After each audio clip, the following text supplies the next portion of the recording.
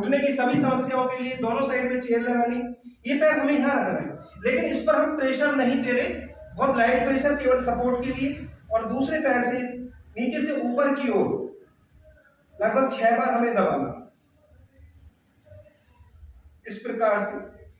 अभी ये पैर रखना केवल सपोर्ट के लिए, प्रेशर नहीं है। अब ऊपर से नीचे की ओर प्रेशर देना, एंकल के पास तक हमको प्रेशर देते हुए आना है। अभी दोनों तरफ बिल्कुल पास पास।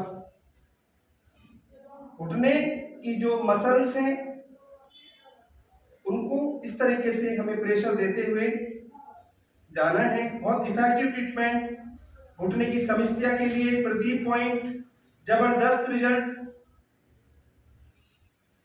करते के साथ पेशेंट को बहुत आराम मिलता है और कुछ ही दिन के निरंतर ट्रीटमेंट से घुटने के ऑपरेशन की नौबत भी टल जाती है।